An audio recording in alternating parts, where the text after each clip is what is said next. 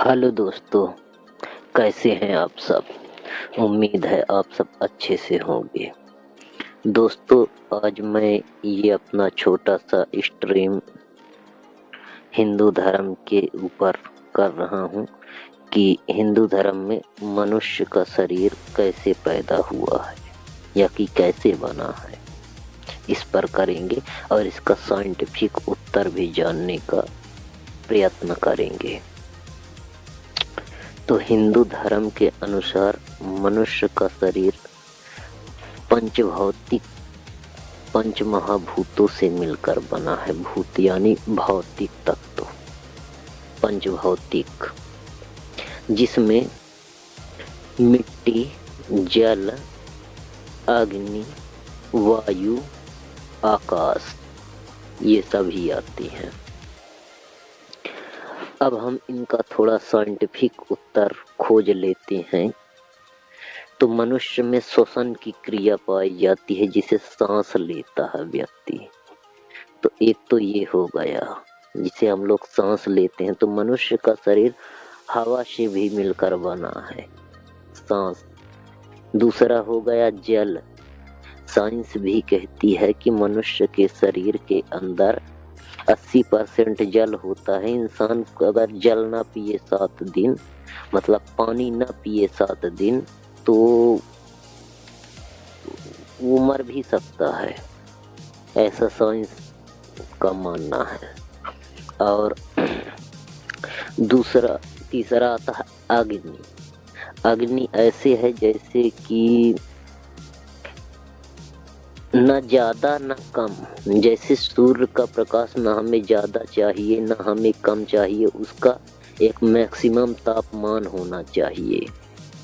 जैसे कि हमारे आंखों में यदि बहुत ज्यादा प्रकाश पड़ जाता है तब भी वह बंद हो जाती है। अगर प्रकाश ना हो तो फिर भी अंधेरा ही दिखाई देता है। तो न तो उसे ज्यादा चाहिए न तो उसे कम चाहिए। प्रकाश संश्लेषण की प्रक्रिया केवल पौधों में ही नहीं बल्कि मनुष्यों में भी पाई जाती है।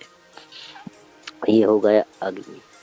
अब क्या आता है आपका जल, अग्नि, वायु, मिट्टी, आकाश।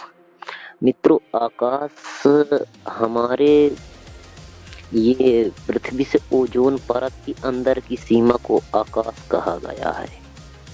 इसे फिर उसे सौर मंडल कहा जाएगा। सौर मंडल के बाहर को ब्रह्मांड कहा जाएगा। पूरा आता ये सब ब्रह्मांड के अंदर में है पूरा। आकाश आकाश का भी अपना एक महत्वपूर्ण रोल होता है, क्योंकि आकाश, मनुष्य जमीन के भीतर तो पैदा नहीं होगा, उसके लिए एक स्वतंत्र सत्ता को होना आवश्यक है जो आकाश है। अब जैसे सूर्य का प्रकाश जब सूर्य से निकलकर पृथ्वी पर आती है तब उन्हें को परागैमी किरणों को रोकने के लिए ओजोन परत उन्हें रोक लेता है। और ओजोन परत उतनी ही मात्रा में हमें प्रकाश देता है जितनी कि हम मनुष्यों को आवश्यकता है। यदि उसमें टेम्परेचर बढ़ जाए, अरे आपको क्या कहते हैं, पृथ्वी का, तब भी मनुष्य की लाइफ सर्वाइवल नहीं कर पाएगी। तो ना तो हमें ज्यादा ना ही हमें कम, मैक्सिमम प्रकाश की भी जरूरत है, यानी अग्नि। अग्नि से ही प्रकाश पैदा होता है। तो ये है। और उसमें पंच तत्व नहीं लिखा है। कुछ हम लोगों के हिंदू भाई भी बोला करते हैं पंच तत्व, पंच तत्व, छिप जल पावक गगन समीरा, पंच तत्व का यह अधम शरीरा। तो पंच तत्व नहीं है, पंच भौतिक है। भौतिक, भौतिक विज्ञान आपने पढ़ा होगा, तो ये भौतिक है। भूतल की बातों को भौतिक विज्ञान की श्रेणी में रखा जाता है।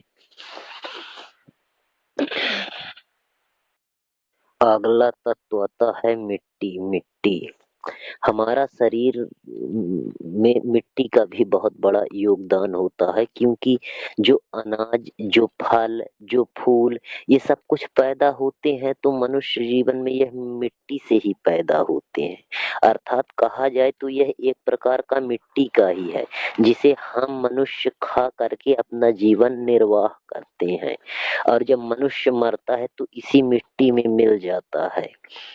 और आत्मा के बारे में दोस्तों मैं आपको बता दूं कि आत्मा को बताया गया है ना कभी पैदा होती है ना कभी मरती है। मरता शरीर पैदा होता है, शरीर मरता है, आत्मा नहीं मरती है, कभी नहीं मरती है। आत्मा एक स्वतंत्र सत्ता सत्ता है। हम मित्रों अब रखते हैं। अब मैं चाहता हूँ मेरे इस वीडियो का खंडन कोई एथिस्ट करे, कोई नास्तिक करे, कोई बौद्धिस्ट करे, या कि कोई मेरे ही धर्म का कोई आदमी करे, हिंदू धर्म का हो वही करे। मैं उसकी भी नॉलेज को लेना चाहता हूँ।